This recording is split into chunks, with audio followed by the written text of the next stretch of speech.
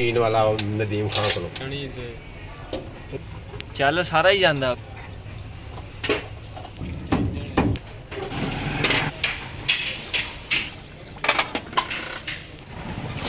ਅੱਗੇ filter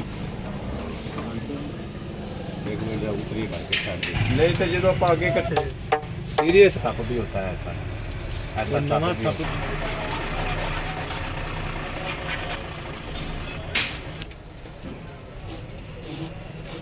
tyre ਕੀ ਪਾਉਂਦੇ ਨੇ ਐਲ ਵੀ ਚੈੱਕ ਨਹੀਂ ਕੀਤਾ ਉੱਥੇ ਮੈਨਾ ਜਿਹਾ ਮੌਸਮ ਹੋਇਆ ਨਾ ਗਰਮੀ ਤੇ ਸਰਦੀ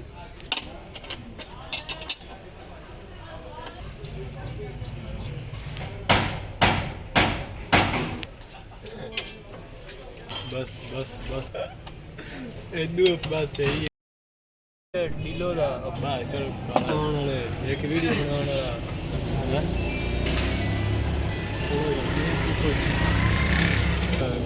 है वीट